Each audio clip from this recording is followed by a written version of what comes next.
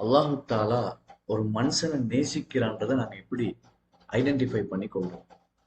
எங்களுடைய account balance எவ்வளவு இருக்குது, அப்படி இல்லைன்னா எங்களுக்கு எவ்வளவு ஃபாலோவர்ஸ் இருக்கிறாங்க, இதை வச்சு எங்களுக்கு அடையாளம் காண முடியாது. அல்லாஹு தாலா ஒரு மனுஷனை நேசிக்கிறான்னு சொன்னா அவனை இபாதத்துக்கள பக்கம், அல்லாஹ் நோக்கி வாரதுல பக்கம் அல்லாஹு தாலா அந்த மனுஷனை முற்படுத்தும்.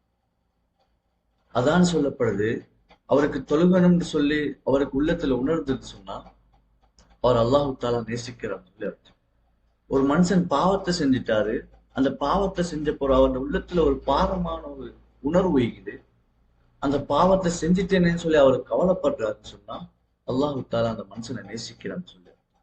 அதே போல ஒரு மனுஷனுக்கு பாவம் செய்யறதுக்கு, ஒரு பிழை செய்யறதுக்கான சந்தர்ப்பம் கிடைக்குது, இருந்தாலும் அவர் அந்த பாவத்திலிருந்து தடுக்கப்படுறாருன்னு சொன்னா அல்லாஹு தாலா அந்த மனுஷனை நேசிக்கிறான்னு சொன்னா.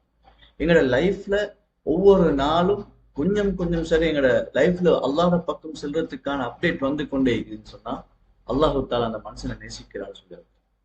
எப்பயும் அல்லாஹு தாலா எங்களை நேசிக்கிறான்னு சொல்றது எங்களுக்கு எப்பயும் அந்த விஷயத்துல சந்தோஷம் மட்டும்தான் நீக்கணும், அந்த விஷயத்துல நிம்மதி மட்டும்தான் நீக்கணும். எங்களுக்கு அல்லாஹு தாலா எங்களை நேசிக்கிறான் தானே, அப்ப எங்களுக்கு கவலை வைக்க கூடாதுன்னு சொல்லி நினைச்சது. சில நேரங்கள்ல சில விஷயங்களை விட்டு அல்லாஹு தாலா எங்களை தூரப்படுத்துவான்.